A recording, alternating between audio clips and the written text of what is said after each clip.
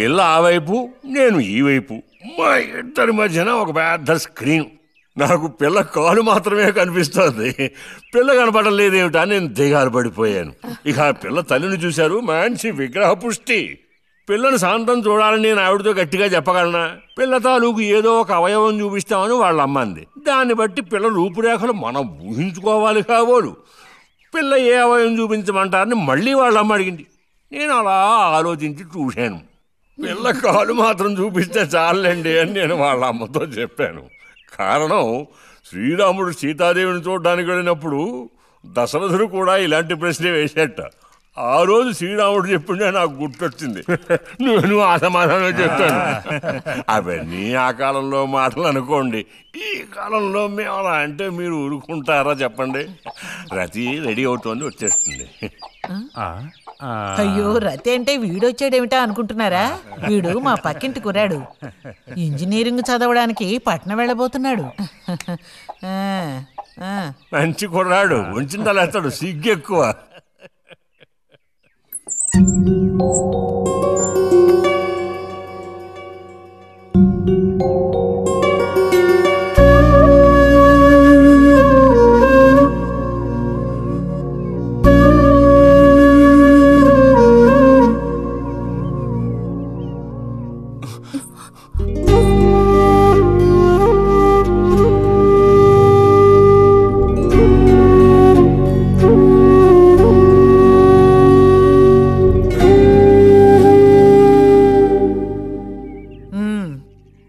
అమ్మాయి రతి, వాళ్ళందరూ నిన్ను చూడడం కోసం అక్కడ కాచుకుని ఉన్నారు. నడు లోపలికి. వాళ్ళు వచ్చింది నన్ను చూడ్డానికి అదే, నిన్ను చూడ్డానికి. నడు లోపలికి. ఏంటే చోద్యం చూస్తూ నిలబడ్డావు? అడు తిరుగో. మనిషికో మాట, గుడ్డుకో దెబ్బ అంటారు.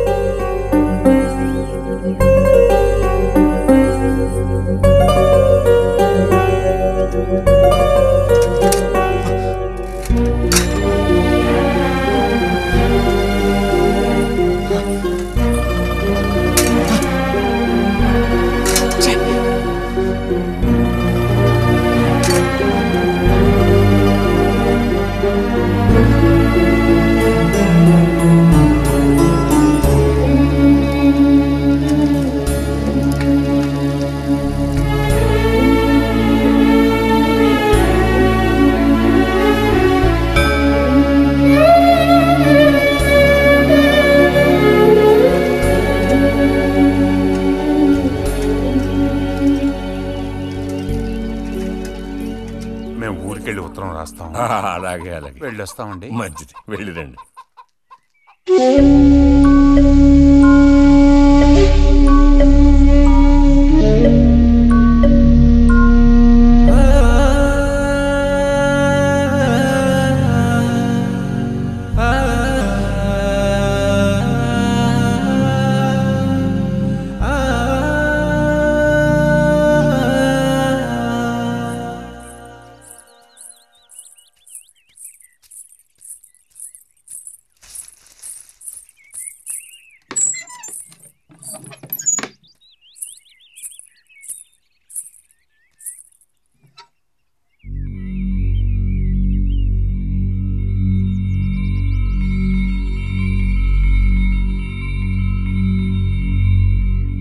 బుజ్జి,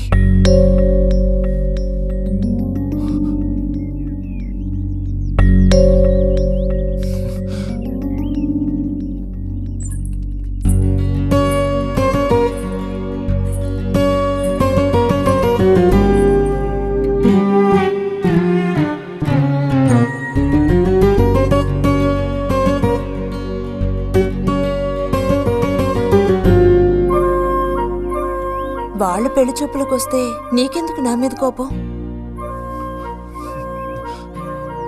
దానికి నేను బాధ్యురాల్ని కానుగా. అయితే మరి ఎందుకని అతని ముందు నుంచున్నావు? వెళ్ళి నుంచుంటే ఇంకేముంది, నీకు పెళ్ళి అవుతుంది. చేసుకున్నాక ఇలాగే అంటావా నేనే బాధ్యురాలని?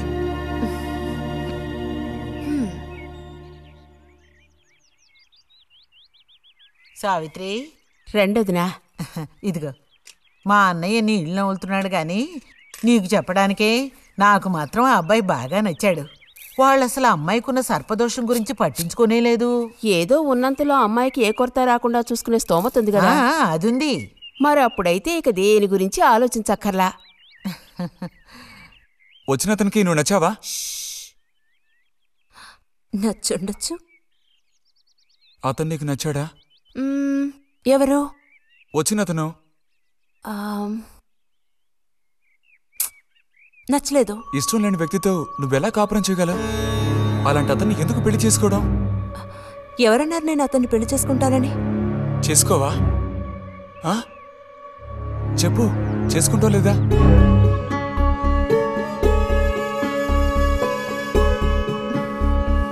చేసుకోను.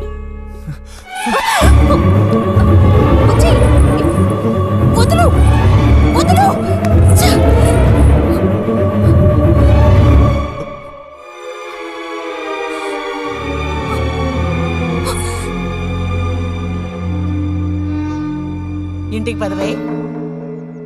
ఇంటికి పదమంటున్నానా? గొంతు నువ్వు చంపు. సిగ్గులేదా? పో.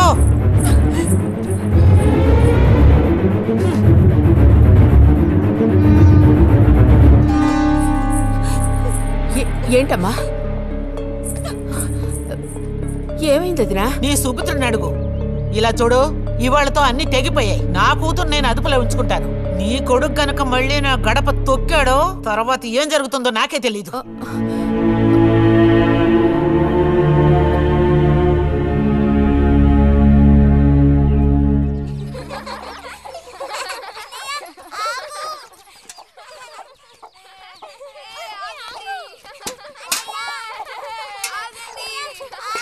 చాలు చాలు, ఆడిన చాలు, పొండి.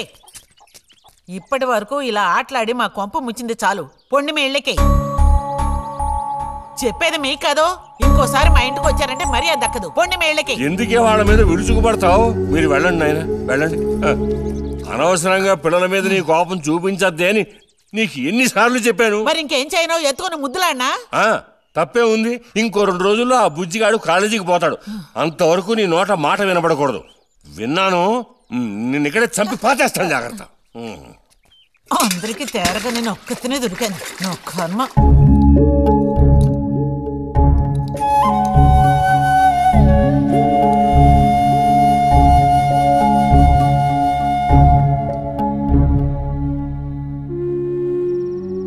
సర్పదోషం అది ఇదని ఎన్నో సంబంధాలు తప్పిపోయాయి. ఆఖరికి కుదరక ఈ సంబంధం కుదిరింది. దాన్ని త్వరగా ఖాయం చేయమంటే. ఎందుకే ఊరికే అరిసి గీపెడతావు? ఊళ్ళో వాళ్ళు వింటే ఎవరికి పరువు నష్టం? నీ కూతురికి అదర్థం చేసుకోవే. చూసావా, నా కూతురని వేరు చేసి మాట్లాడుతున్నావు అంటే దానికి నువ్వేమీ కానట్టేగా లెక్క. ఏమీ కానని ఎవరన్నారే? నేనన్నానా? ఇలా చూడు, ఇలా సూటిపోటి మాటలతో నన్ను దెప్పకు చాలే.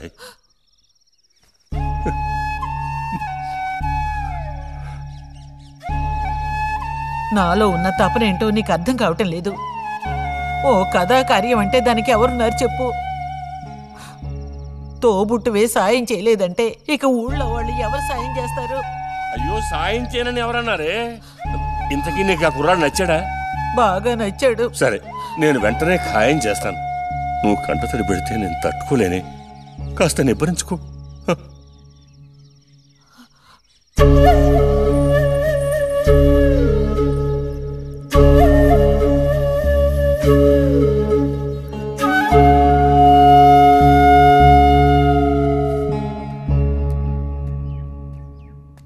ఎక్కడికి రా బయలుదేరావు? ఊరికే అలా బయటికి. ఇప్పుడు బయటికి వెళ్లాల్సిన అవసరం ఏమీ లేదు. చేసే నిర్వాకం చాలు. ఇంకోసారి గడప దాటావో నీ కాళ్ళు ఎరగొట్టి పొయ్యిలో పెడతాను.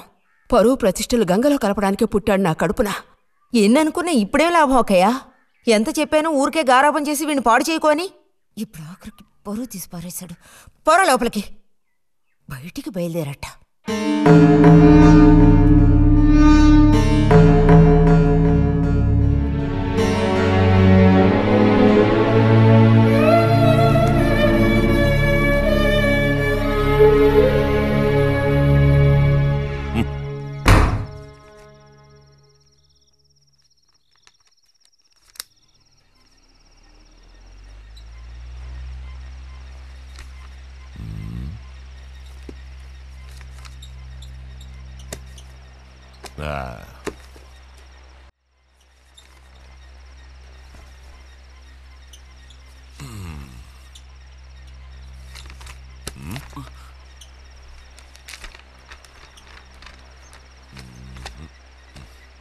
ఏమిటి విశేషాలు బుజ్జిగారు?